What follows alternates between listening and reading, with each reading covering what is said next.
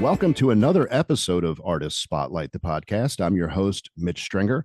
As always, the podcast is brought to you in partnership with the Maryland Photography Alliance, where you can check out everything that they have going on in terms of information about upcoming events and contests, and just a really good place to go online and check out and learn more about the hobby and the profession that we all love.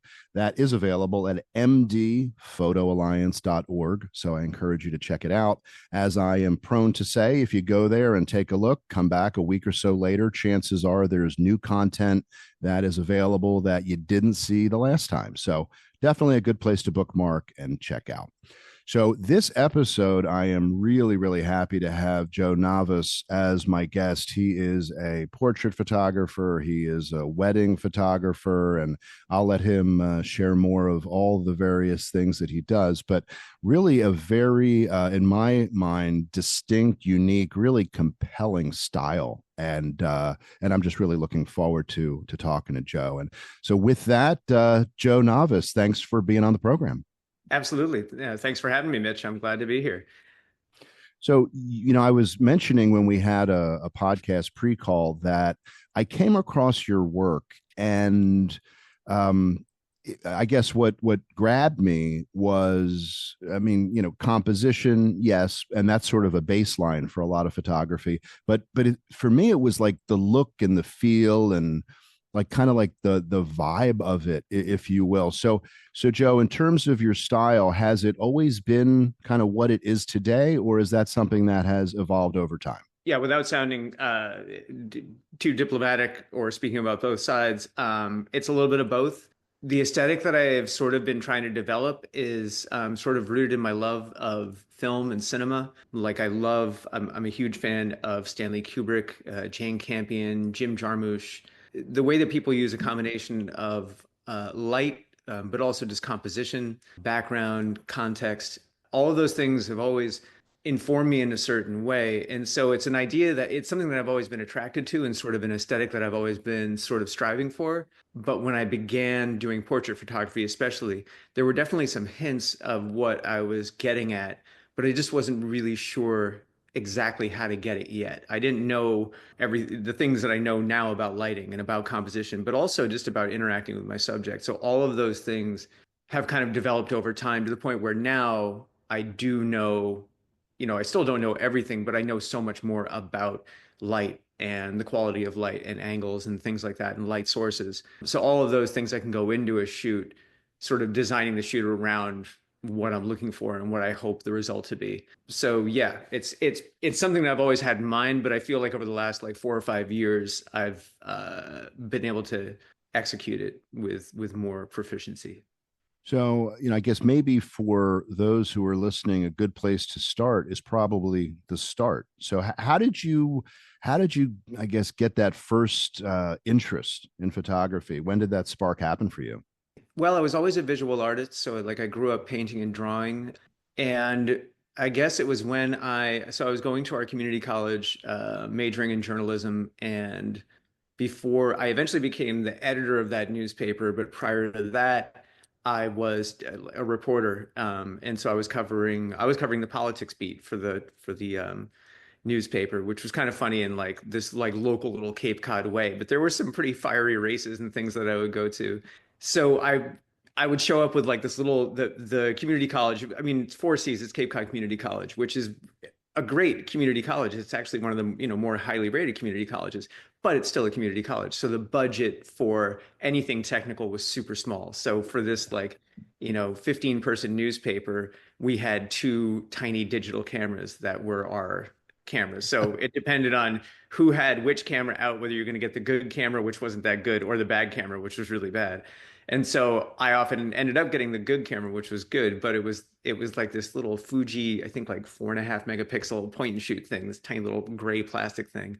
And I would show up at these, political races or press conferences or whatever, and there would be like, the guys from the Cape Cod Times and the Boston Globe and all these other reporters there with like real cameras. And I would just look at them and be like, man, and I would see the photos that they were getting too, under certain lighting conditions and different things. And I didn't know that much about what a difference gear made or anything. And the funny thing is, now where I'm at now, I realize that gear doesn't necessarily make that much of a difference. But I was very aware that I didn't have really the tool for the job, especially given that I didn't have that much proficiency. So I kind of needed all the help I could get. As soon as Canon came out with their first DSLR, the Canon, it was the Digital Rebel, and I think it was also called like the 1000 or something like that. Mm-hmm. Um, it cost $1,000, which that was 2003 or 2004 money, and that was like a Yeah. chunk of change. And at the Yeah. time, I was waiting tables at a really good place, and I was making decent money, but it was still substantial. The woman that I was engaged to at the time, we had just bought a house in Centerville, and it was like, we had mortgage payments and everything. And I remember when she found out that I spent like $1,000 on a camera for this thing that wasn't even my job per se. It was, but not really. She was a little mortified. I just started taking photos with it, and I just became, I know this sounds corny, but it was literally from the first time that I was able to take a photo and see this decision that I had made on what I was photographing, why I was photographing it, how I was photographing it, to see that result, and feel that connection between the process of deciding I was going to make this photograph and see it. That blew my mind. It was the immediacy of it, because I shot film when I was a kid, like a little bit, here and there. And I think I actually took a photography class in high school where we were shooting black and white and developing our own stuff and spending Mm-hmm. time in the darkroom, which was great. But to actually have that, there was something about the presence of it, of just Mm-hmm. being able to decide to make this thing and then seeing it. And that was even before I got into like post processing or anything. It blew my mind. It really spoke to me. And then I just became obsessed. And then it was just like, I sold that thing for a Nikon D70 that I drove to Boston to pick up from some dude. And then I just started photographing everything in front of me, and that was kind of the beginning of it. Well, you talked about the immediacy of the digital camera. I think back to being a kid, and if someone you knew had a Polaroid camera, just the idea that you could push the button, and of course we all shook the Polaroid film like Right. we thought that was going to help, but Right. whatever. So as cool as we thought that was, with digital, we didn't even have to shake the film. It's Yeah. immediate on the back of your camera. So that Right. was what, like 1,000 times cooler. Yeah, it was. And I know, I know some film photographers will, decry that as the end of, the medium as we know it, and, Sure. things transition. But for me, it was also, there was something, it didn't feel, I didn't want to become lazy. And I guess I knew from like an early, like from the beginning, that I didn't want to just, spray and pray. That wasn't what I was there to do. I mean, the ironic thing is I still never do that, but like at a wedding, I will take 6 or 7 photos of the same, scene, because I want to make sure that I'm getting like the exact one that I want, things like that. So there's a way of using the tool that I don't feel is going to, cheapen my experience or my effort or what I'm doing.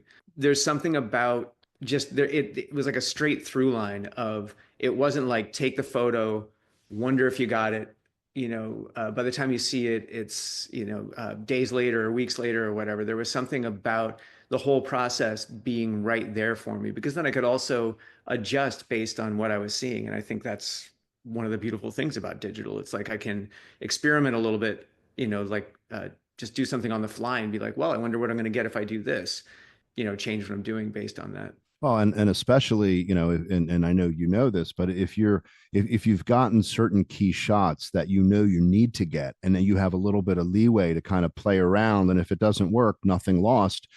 Digital gives you that ability, and you may end up with something where you say it's different, but meh, or you might look at it and say that's a whole other thing that I want to add to my repertoire now. So Yeah. it's digital gives you that feedback that I think helps you figure out, did that idea really work the way I intended, which is Yeah. nice.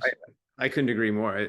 You raised such a great point. It's that every shoot that I go into, whether it's a portrait shoot or a wedding or anything, there's that sense of knowing what I need to get for any given situation. And if I get that early on and I get something I'm really happy with, it opens up so much more to where I can experiment more, think about an idea that I've been thinking about trying, something like that. I mean, I'll still do that regardless, because at this point, I'm confident that I'm going to get good stuff no matter what. So I'm never going to panic and be like, oh, I haven't gotten anything good yet, But That said, if there's something early on that really clicks, really works, it just opens everything up. And that's when a lot of times I'll, take some chances or try something new. And, suddenly like this thing that I've been thinking about doing or trying to refine becomes, it becomes more refined. It becomes that thing that I'll try again and keep working with.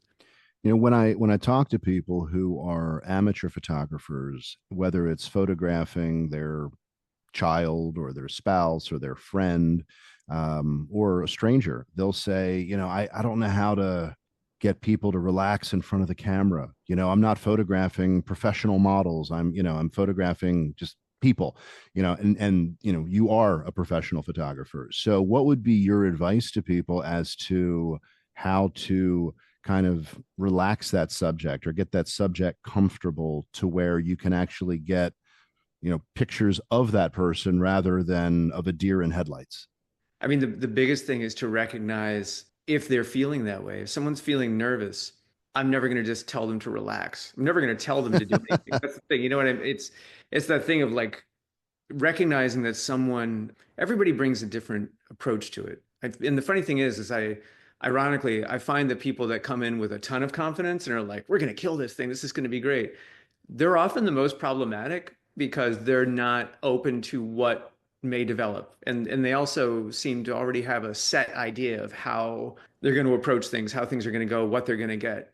And that's the thing. It's like I always appreciate confidence. I mean, that's ultimately what I'm trying to work towards with people. I want them to be confident in the photo shoot, and I want them to leave with a sense of confidence and a sense of fulfillment in that. But most people come into a shoot, even people that are experienced with getting their photo taken, with a certain degree of nerves, and sometimes that's more like a certain degree of negative thoughts about themselves or things like that. So I always try to make enough time to spend the first 20 minutes or a half an hour just hanging out. I mean, I have the luxury of our home is our studio. So basically, we have this one massive living room that I easily clear out and set up my backdrops in here and set up lights, and it's a really comfortable space. And then our house is an open floor plan, so the kitchen and the coffee maker and everything are right over there, and it's a comfortable space. And so someone will come in and I'll just say, hey, do you want some tea or do you want some coffee? Like, I want them to know that we're in no rush. Everything that I do is kind of geared around, it's not worth doing this if you aren't going to feel good. So I think that's the thing that I stress as much as possible without really saying it. It's just like, this is about you. Like, we're going to get something good, but it's going to happen because you're not putting pressure on yourself. I'm not putting pressure on you.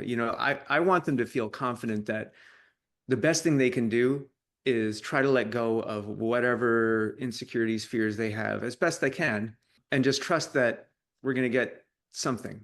And if we don't get something good, it's also not the end of the world. I think I want people to know that too, even if they're paying me a lot of money to do this. It's like, I know we're going to get something, but I Mm-hmm. don't want you to worry about it. And I think that's the biggest thing. So from there, it's just a matter of also, I talk to people, I ask them a lot of questions. I want to know about them. I can offer some of my own stories about things. I always try to maybe throw in a story about some personal story about something that humbled me or, something that was a struggle or just whatever, just like everyday things. Because to me, the biggest thing is to break down that wall of I'm the photographer, you're the subject, I know what I'm doing, like all of those things that sort of act as like things that define each of us in our roles. Mm-hmm. I always want things to be a collaboration. So I guess I ultimately I just want people to understand that this is going to be good because of whatever we do together. Yeah. So if that makes sense. Well, no, it does, and I guess part of it is at the most basic level is knowing your equipment as the photographer, also having confidence without being arrogant, so Hmm. that it's sort of like when I get on a plane, I don't know how to fly a jet, but Yeah. if the pilot sort of seems professional, Right. maybe they're smiling and welcoming me onto the flight, whatever it is, like that little quick snapshot of the pilot I'm like, okay, this is going to be okay. He or she's probably done this a lot of times. Whereas if I look in the cockpit and the guys or the lady who's flying has her head back and she's napping because she doesn't have to take off for 30 minutes, I'm like, why are they sleepy? Why are they sleepy? What did they do last night? Is this flight going to be okay? So it's like if the person shows credibility but is also relatable, Yeah. then I think that bridges the gap, as you said, between subject photographer with almost like a barrier in between. It kind of takes Mhm. away that barrier because somebody has a comfort level. Now, I've had situations before where I've had to do portraits of various celebrities where I'm told you have 3 minutes, maybe five, but Right. definitely not more than five. Yeah. And the person looks at me like, I'm here, do that thing that you need to do so I can leave. And that has been interesting. And I've done it with varying degrees of success, Yeah. building a rapport within if I have 5 minutes, I'll use the first 2.5 minutes to build a rapport because otherwise I have a crappy picture and more crappy pictures. So have you ever had to deal with those kind of limited time constraints or have you fortunately had, a bit more time with most of the people that you're photographing?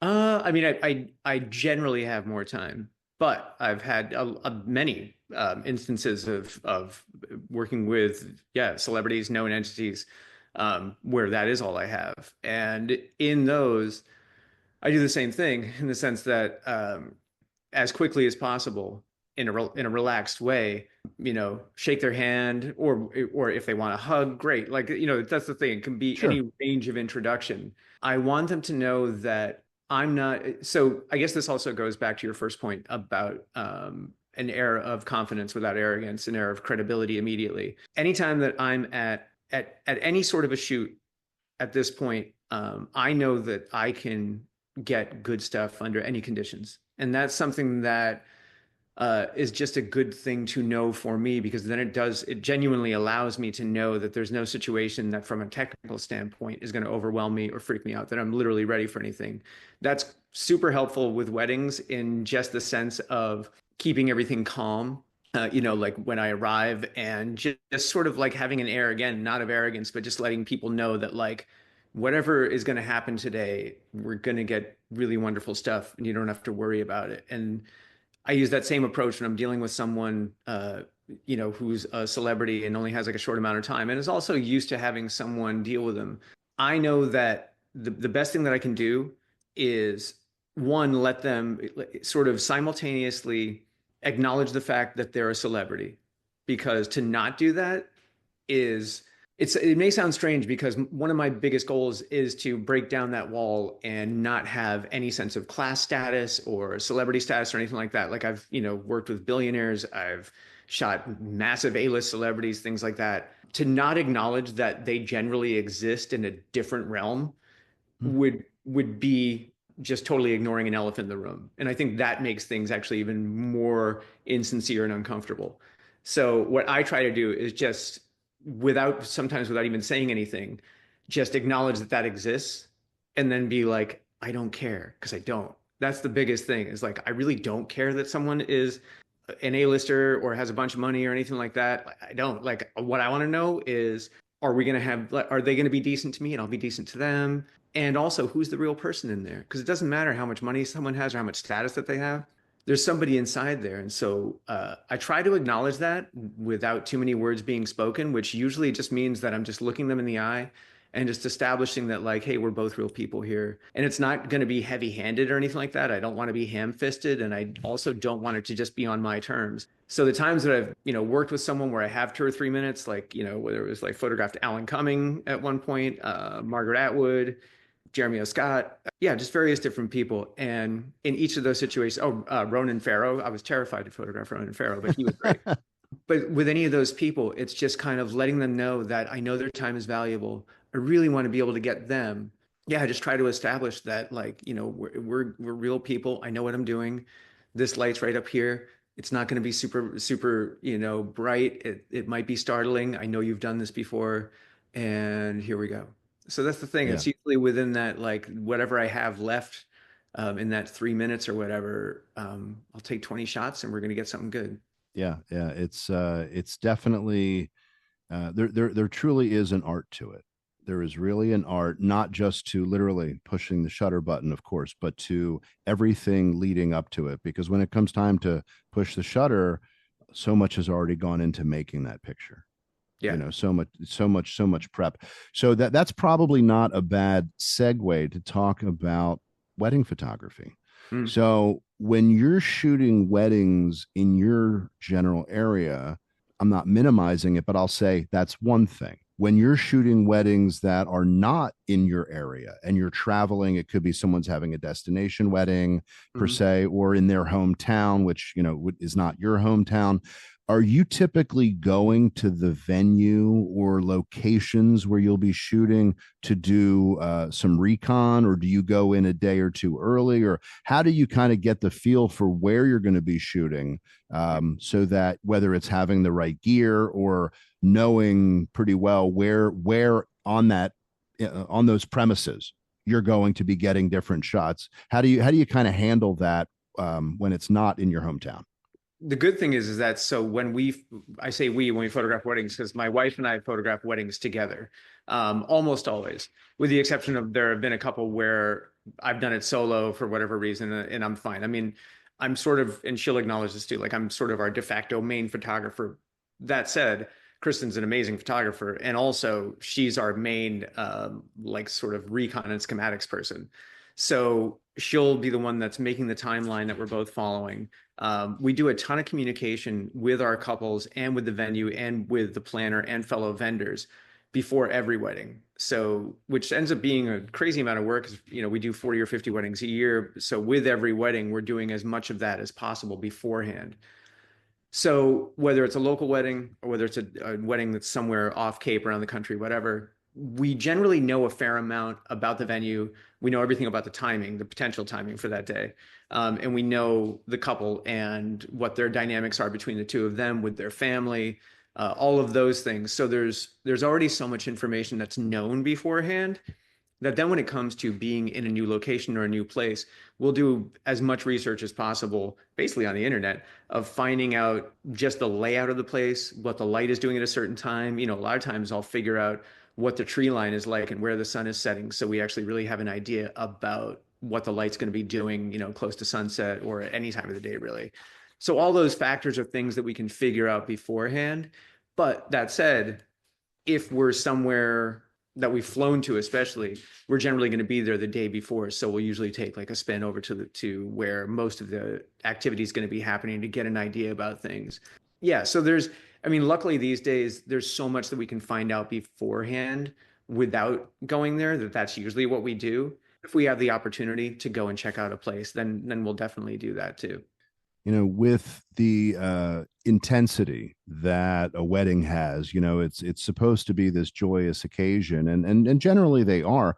But whether it's a wedding or it's a family vacation, anything that brings together a lot of family in a place that's not their home. Obviously, weddings are expensive, as are vacations generally. So, with all this comes a certain amount of stress, along with Mm. all this joy. And, especially with weddings, depending upon who is invited and different family members, everybody kind of, they come for the wedding, but everybody kind of brings not only what they're going to wear, but they can bring other baggage with them as well. So you're walking into I'll call it kind of a highly charged minefield of emotions. Sure. And your client is the couple. And you may have the mother, the father, the mother-in-law, the father-in-law kind of leaning in over the shoulder of their child who's getting married, and all within the context of wanting this couple to be relaxed for these pictures. Mm. So there's so much happening.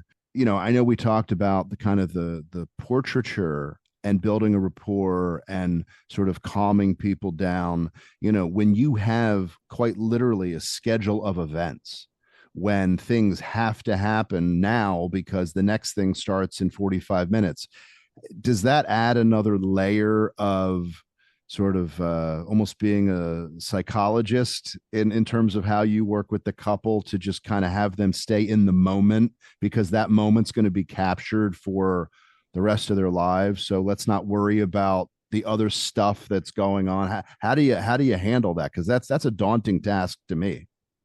Yeah, it definitely can be. And it's something that on some level exists at any wedding. Like even the most laid back or, casual wedding, or when you seem to have like the most emotionally healthy couple and people on the face of the earth, there's still going to be a level, there's still so much buildup that happens. And that's something that we talk about early on with couples. Sometimes the first time that we're, meeting them, sometimes before they book us, we're trying to let them know that our big priority is being sort of their like soother in like or sort of like an island, like an oasis, or like a calm in the eye of the or like the eye of the storm, like that thing of like we want them to anticipate that there's going to be nerves and there's going to be dynamics that they're not in control of, and there's going to be buildup and excitement and pressure and all those things that they're experiencing because of it being a wedding day. I think the thing is we want them to be aware of that and sort of set that expectation so they can prepare better, because preparation for everybody is so key. And it's not because you want everything to run by a script. It's because you want to think about all the hypotheticals beforehand. So by the time the day gets there, you're ready for anything. And it's amazing how much more calm everybody is because of the things they've thought of, because there isn't going to be like a wild card thrown at them that day. We try to let people know that all of that will be in play. And then that we're there to get the stuff no matter what. And I think that's the big thing is, again, it goes back to that idea of confidence and assurance and being like, really knowing that there's no situation that is going to freak us out. There's no like lighting situation. If there's a hurricane going on outside and we literally can't get outside all day, because that's happened a couple times, it's fine. We're gonna create our own light. We're gonna find window light. We're gonna still be aware of all of the things that they want to get from a wedding. And then when it comes to family dynamics and how someone, especially the couple, is dealing with the pressures that their family are putting on them or anything else that's going on, we always side with them. I think that's the biggest thing too, is like it's not a time to like analyze how a family could be handling each other better or whatever's happening, morally, politically, ethically, all those things. It's like we just really want to side with the couple because we just want them to have a good day. Because I think it's like taking the approach of like everybody who's going to that wedding, every guest, every family member, everybody working it should be forgetting any of their own gripes or their own crap that day, and it's just about the couple. There should be a built-in selflessness to it. And it's kind of funny because it's like neither Kristen or I necessarily go into any situation with a the customer's always right attitude. It's not about that.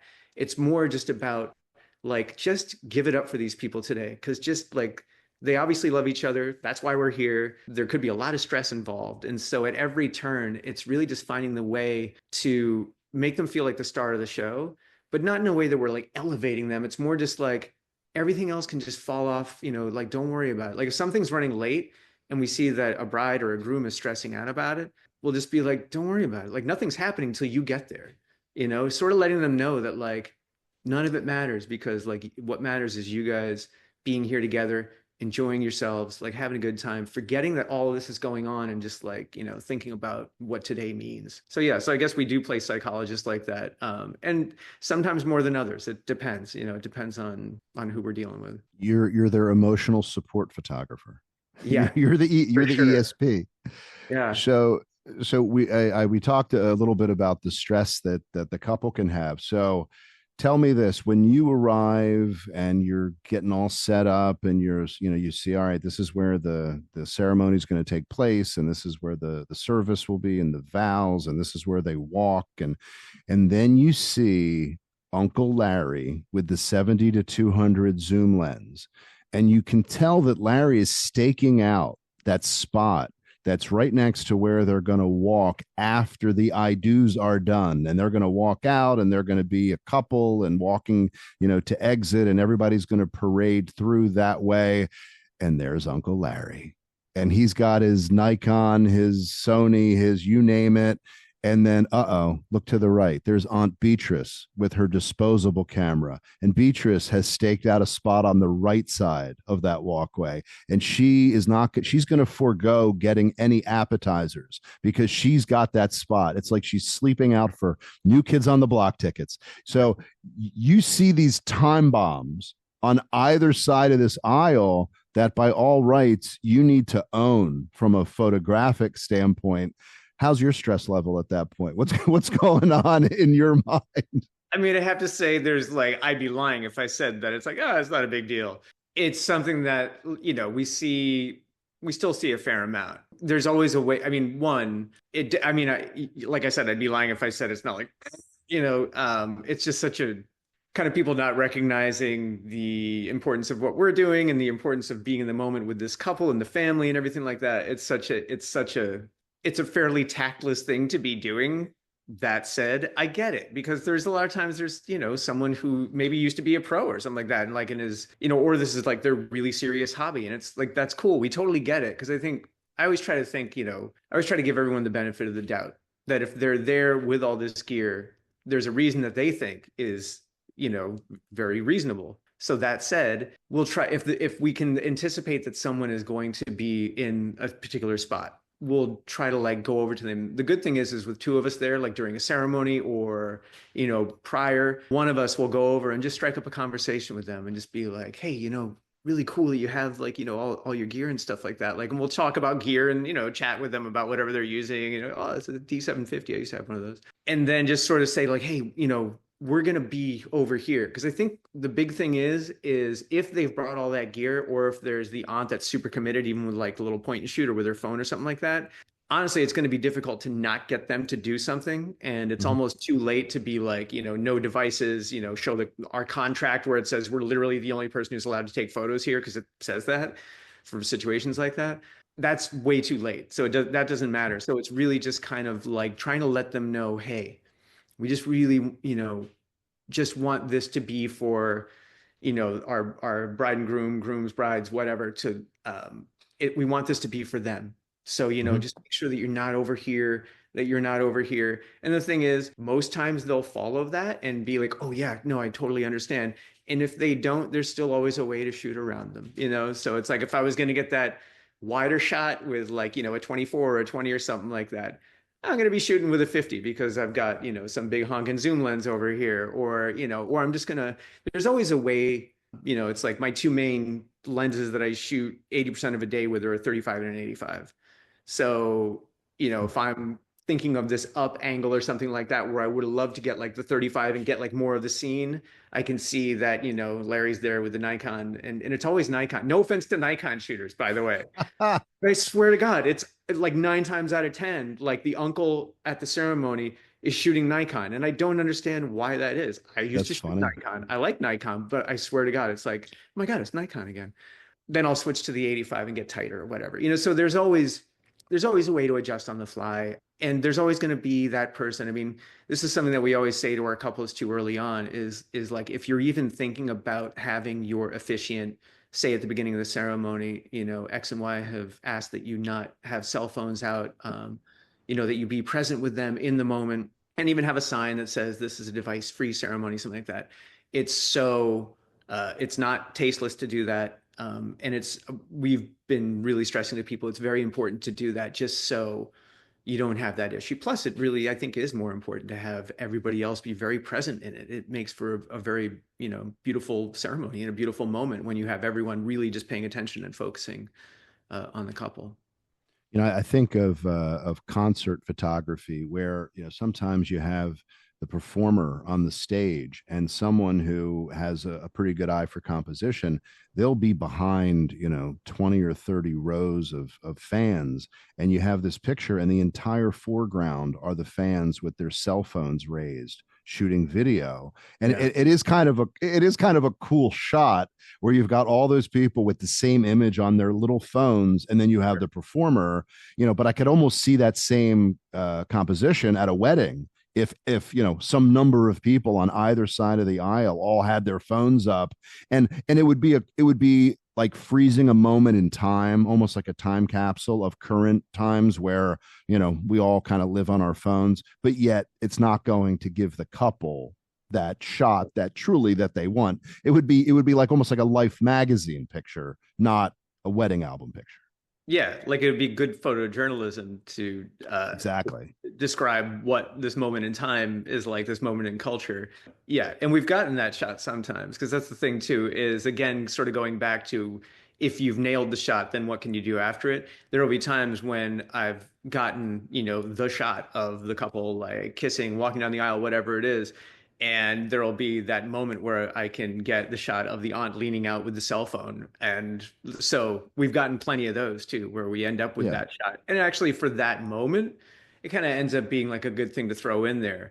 But the reason that I'm getting it too is to just kind of like document that there was someone there doing that, because I think sure. sometimes too, the couples, not everybody that they've invited are their favorite people in the world. And sometimes we've had it happen where like we'll get a shot of that relative that's doing something like that. And they'll be like, oh, I'm so glad you got that because that's what she does at every ceremony or whatever, so Sure. it'd be kind of funny too.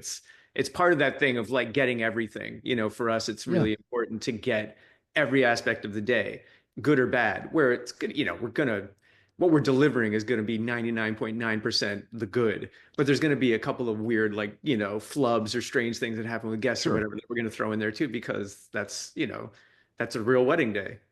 Yeah, yeah. I had mentioned to you on our conversation on our phone call that I've shot just a few weddings, and I fully recognize and appreciate that it is absolutely a specialty. And I shoot primarily sports and wildlife, and that is its own sort of specific type of thing. And yeah, just seeing the relative that the family doesn't know if they're going to show up, and if they do, they hope they don't cause problems. And it's Yeah. just such a scene. So let me ask you, in the time that you have been shooting, have you noticed any sort of difference in the way in which couples want their wedding shot? So for example, there was a school of thought for sure that when you shot a wedding, you needed a photo of each table, and you kind of got you sort of moved the people who were in the foreground to stand behind the people in the background of that table, Right. and you'd go table by table just to kind of get a shot of like a proof of life shot of Right. Right. of everybody. And then of course there's always the one where typically the bride and the groom are stuffing cake in each other's faces, and just a couple Sure. examples. But has there been change or evolution of what couples want since you've begun shooting, or has it stayed more consistent? Oh, there's been a massive change, which when I think about what that change is, because that change has it's gravitated towards more photojournalistic, more editorial style of shooting, of what we're delivering, what people want, what they're looking for, which for us and the style that we do, I mean, we're called organic photography for a reason. That's the name of our wedding company. What we've always tried to do is get like a real day. So that means being aware of the sort of, there's always going to be certain prescribed moments when it comes to family shots, especially of family groupings and things like that. We have a time set aside for that. But the rest of it is knowing that there may be certain requirements of photos that people want or that they expect, but we want to always be getting it in as genuinely, sincerely natural of a way as possible. That to us is what makes a wedding day. It's not, we don't have a cookie cutter where we say, oh, we got to get X, Y, and Z, and we're going to get that. We just know what requirements we're going to have to get. Within that, satisfying those, we're trying to really get the story of the day. There's going to be just, an infinite amount of interactions and reactions. And the thing that's going to make great photos out of that is knowing light, knowing composition, but also anticipating what relationships are, and it's kind of staying out of the way, like being super prepared, but also being really like hands off, trying to document the moment without interfering with it. And that's been the trend. So that's been the good thing is like when we started doing this, there were a few people doing that, and that's what we really admired. That's what we gravitated towards, is the people that were sort of influencing us and inspiring us. But we also were aware that it was kind of, we had our own kind of signature on it and our own way of doing things, and it was creating a certain look and a certain feel. And we've just kept with that. And we've evolved a lot as far as our skills and as far as what we're getting and what we love. And so our style has definitely evolved and grown over time, but it hasn't been in following a trend per se. And we've just lucked out where one of the trends that's been really like happening and accelerating over the last like 5 or 6 years, especially, is that more photojournalistic thing. Now, Mhm. there's things within that we've seen that we really like, and other things that are like incredibly trendy. Like the blurred film photo look was like a huge thing for a couple of years, and thank goodness. I mean, to each their own. People were so tired of the cookie cutter thing, brides and grooms were, that they were so excited to, see something that looked like such a, sincere moment, that it was like something that was captured on film in a blurry way with weird lighting. Like basically what they were getting turned on by was like the mistakes that a film Mhm. photographer would make. Sure. Also hearkening to a certain photojournalistic style of, yesteryear. And I get it. Like I totally understand the attraction to that. So I guess I'm like answering this in a really long-winded way, as I'm prone to do, but it's basically trends come and go. There's something about a timeless approach to documenting something, to having an idea about light and composition and the emotion that is being communicated through how you're working with that, that I feel they never go out of style. Like it's like I can still watch The Deer Hunter, considered to be one of the most beautiful visual movies, of my lifetime.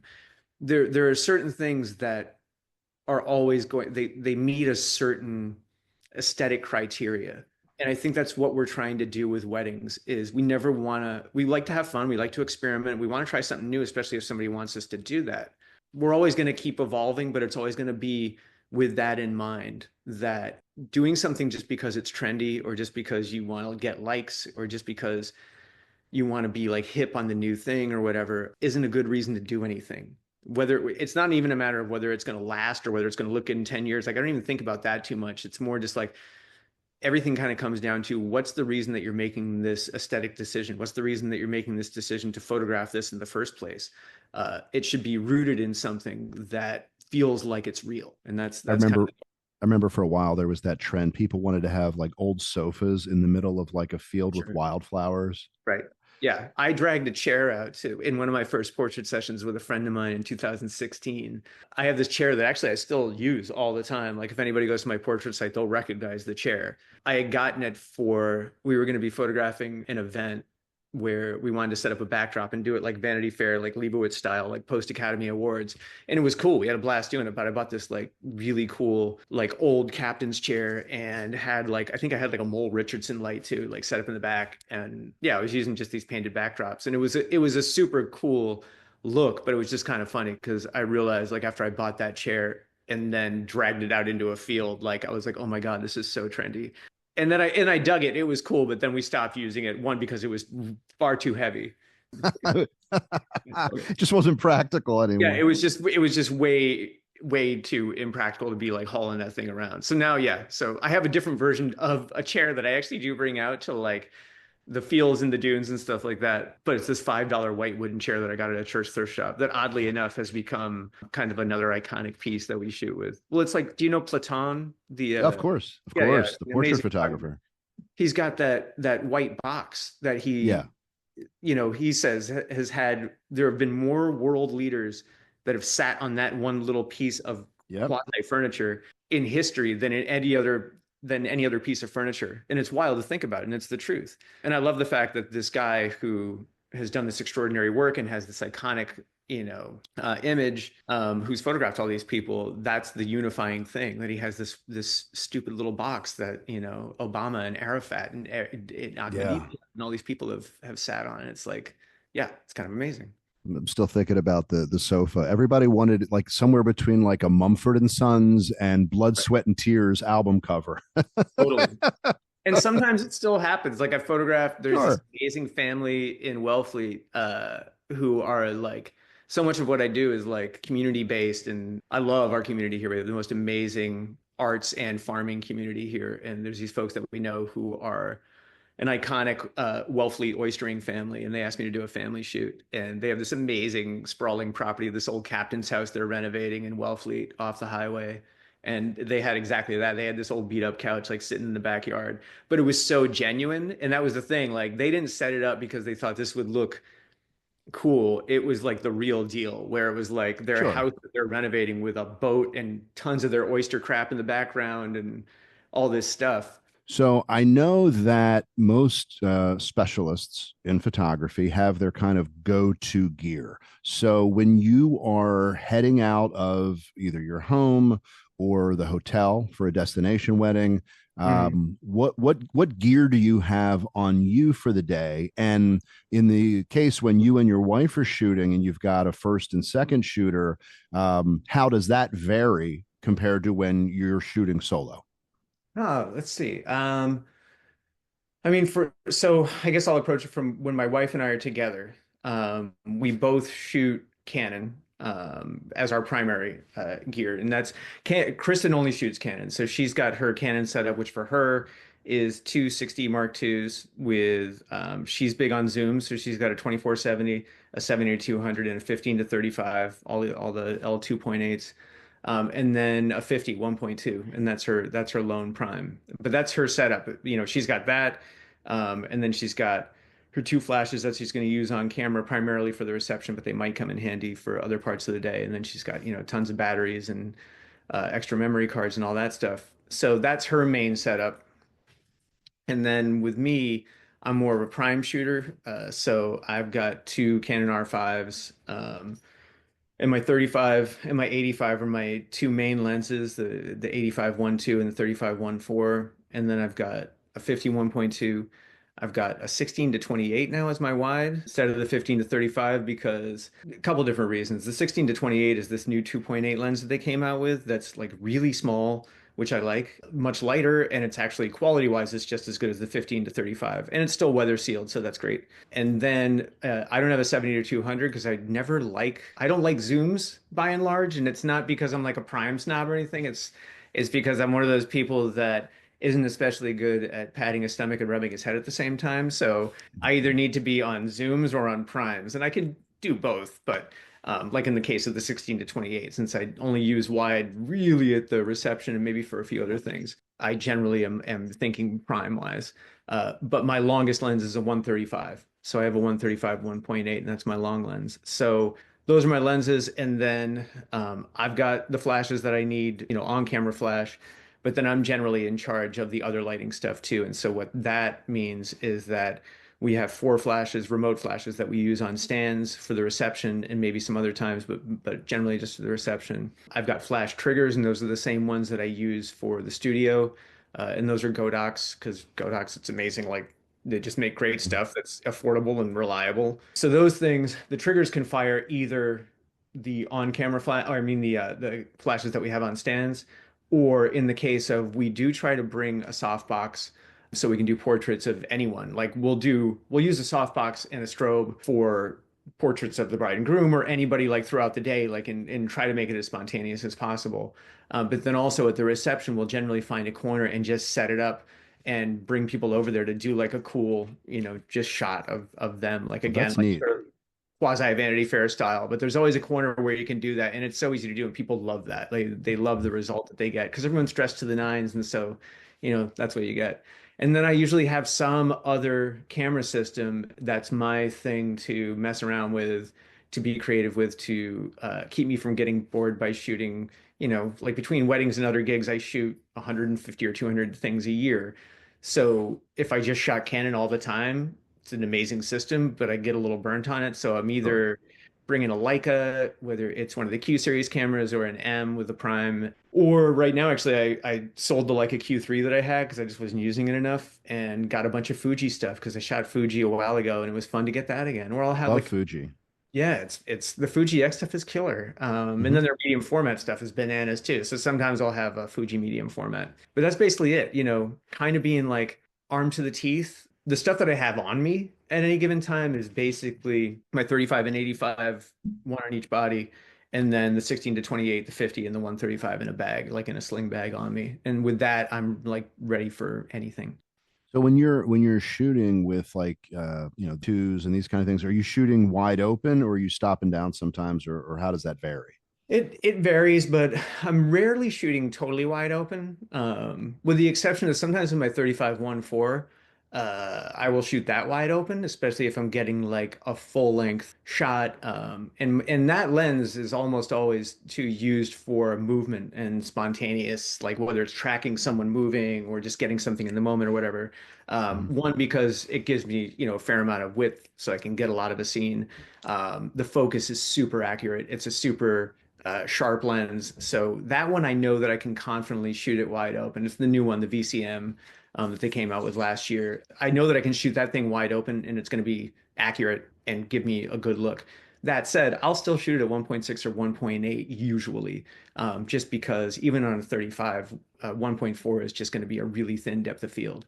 So yeah, that's my.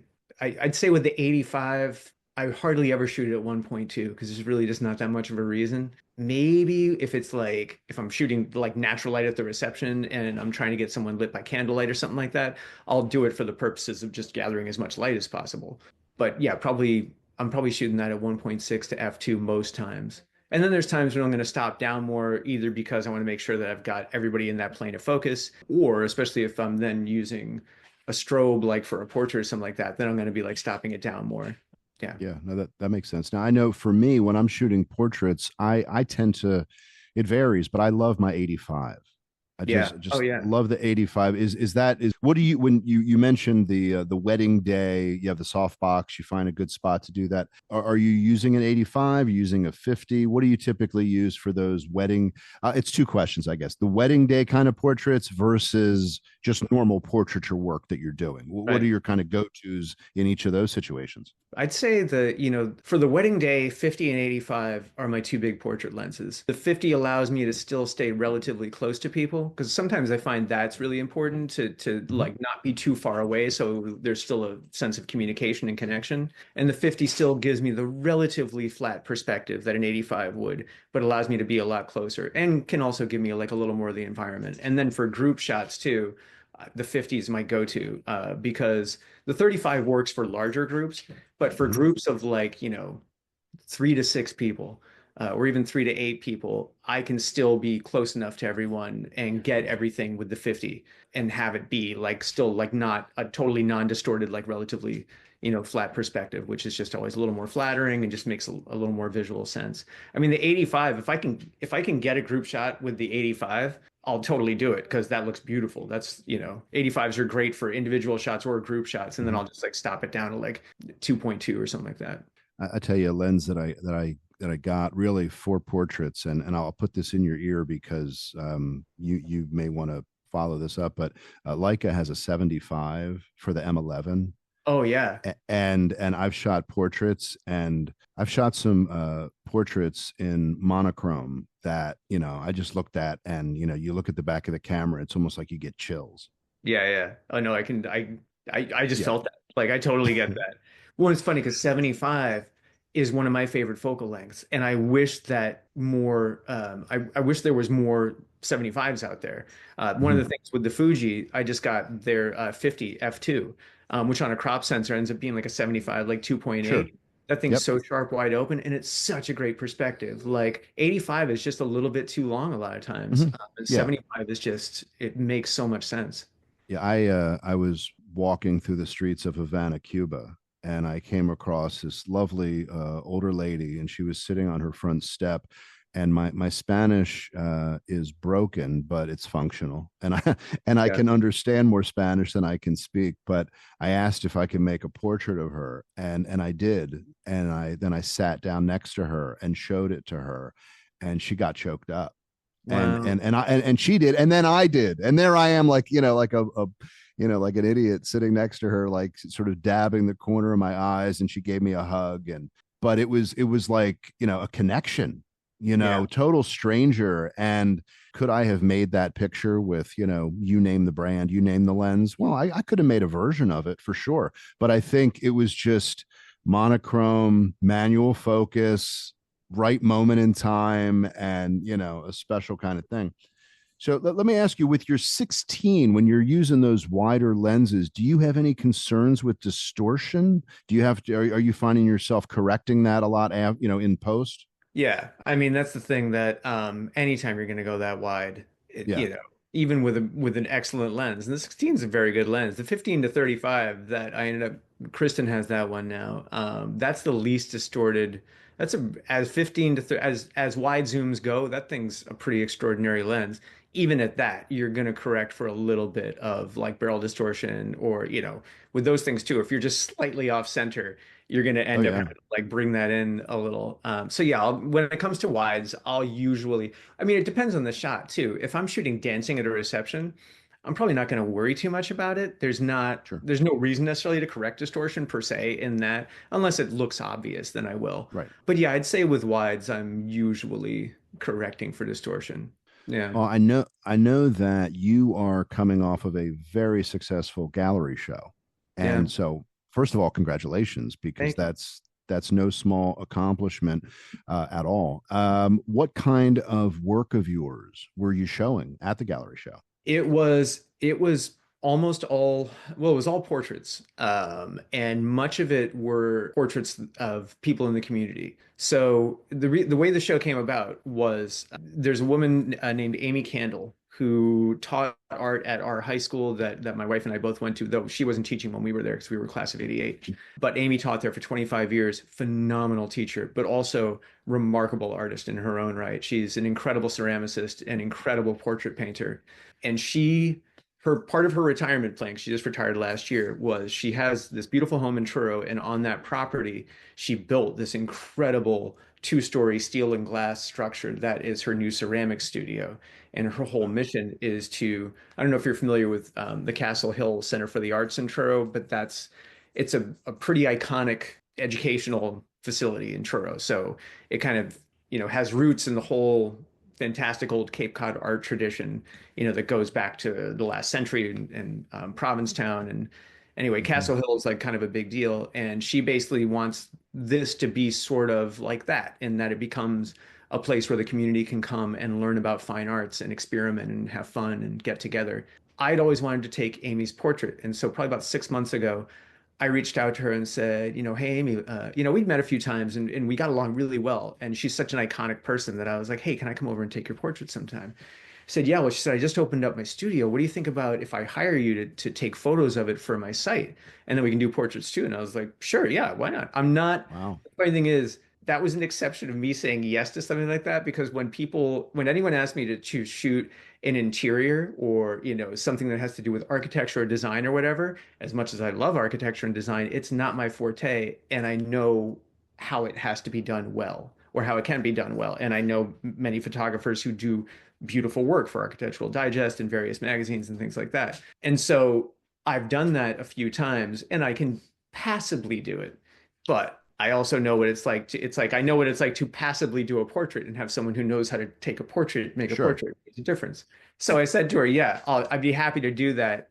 Are you cool with it being sort of in my style, where I'm getting the context of the people and doing things with light and things like that? And she was like, oh, absolutely. I just want you to do whatever you want to do. So I That's went over and nice. took these photos of the studio, and they came out beautiful. Like, that was the thing too. She was so happy with how it depicted and captured her studio and her experience in it and what she wanted it to be in the community. And I was so happy with that. It went great. I got great portraits of her. And so like 5 months later, she said, hey, Joe, the Wellfleet Public Library they're known for having this big, beautiful exhibition room at this library.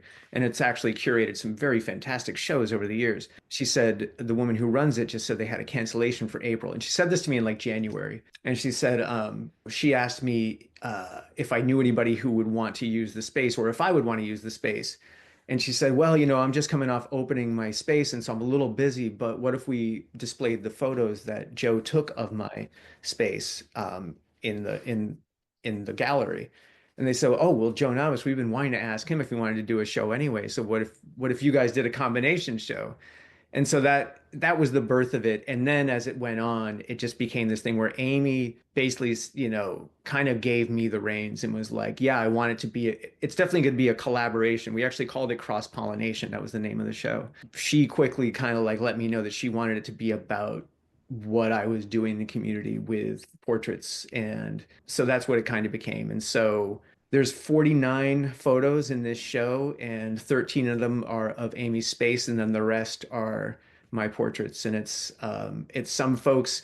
Some of the people are musicians who I've worked with, that I've built up a good rapport with over the years and been doing their promotional work for years, like Jeff Foucault and Chris Delmhorst. There's an Ani DeFranco photo in there. G Love, I've been doing G Love stuff for like the last 6 years, and he and his wife have become great friends. So there's a couple of Garrett, a couple of his wife, Kelsey. So it's those folks, and then everyone else who has been people that have like been a part of this community that everyone knows that have generously sat for me at different times, whether they've hired me or I've just asked them. It's something that without showing like what the photos are like, it's kind of difficult to describe, but it's become this thing that within the community is kind of like known as me.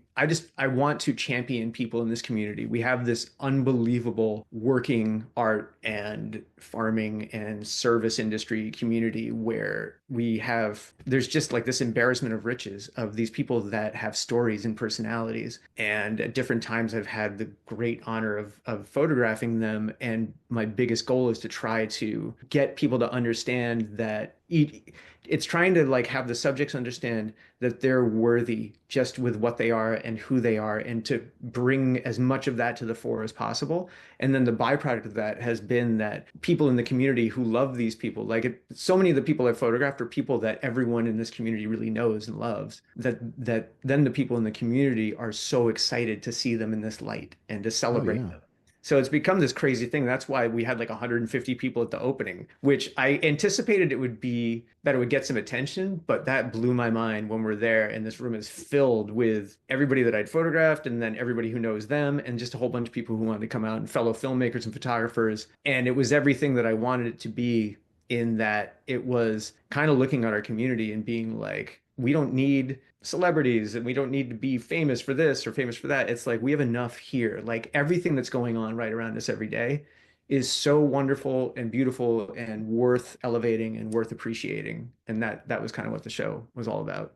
That's so cool. I mean, it's just on so many different levels, artistically and community wise. And yeah, that's pretty awesome. Well, I know that people who are listening are definitely going to want to follow your work and stay up on what you're doing. What are the best ways, social media wise and otherwise, for people to see your work and kind of stay up on it and go down the rabbit hole of, maybe looking at things you had at the gallery show? How can people do that? So the best way is, I mean, my personal site is joenavasphoto.com. If they want to follow me on Insta, it's Joe Inc. It's JOEINK. And then our wedding work is organicphotography.org. And the only reason it's a .org, people are like, "Oh, is it a charity?" We're like, "No," but .com was taken by some photographer in New Mexico who I don't even think exists anymore. But anyway, we're organicphotography.org, and our Insta for that is Photo Cape Cod. That's our Insta for that. And I feel like because the show, so the thing is, like, if someone goes to my personal site, there are a couple of things, and they'll see because it's listed as that. There are some things that are listed as NSFW, because I do a lot of nude work and like a lot of nude portrait work and things like that. So just so anyone who's going there is forewarned, because the show does not have any nudes in it or anything that would be NSFW. But I always like to just like let people know that so they're not shocked if that's something that's going to shock them.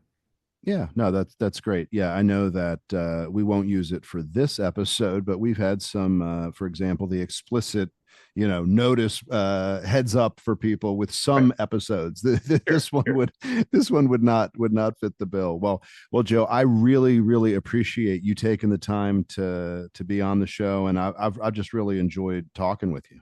No, it's really been a pleasure, Mitch. Yeah, and likewise, it's always great to connect with someone who appreciates photography and knows what they're doing. And yeah, it's really been a pleasure. Well, thank you. Thank you. I want to also let everybody who's listening know that we publish on the 1st and 15th of every month. If you're listening now, you probably know that, and we appreciate it. Please be sure to like, subscribe, rate the podcast. That helps us get the word out across all the various platforms. You can check out what I have going on Instagram at Mitch Stringer Images, and you can always go online to mitchstringerimages.com. I'd say probably Instagram is the best way to get the latest work. Also, feel free to shoot me a DM if you have questions about photography, or you want to head out on a photo trip and you need some advice. I'm here to do that, and I'm pretty good about getting back with everybody. So feel free, please do it, and hopefully we'll connect. Until our next episode, I wish you great light. I wish you great shooting, and we'll talk again soon.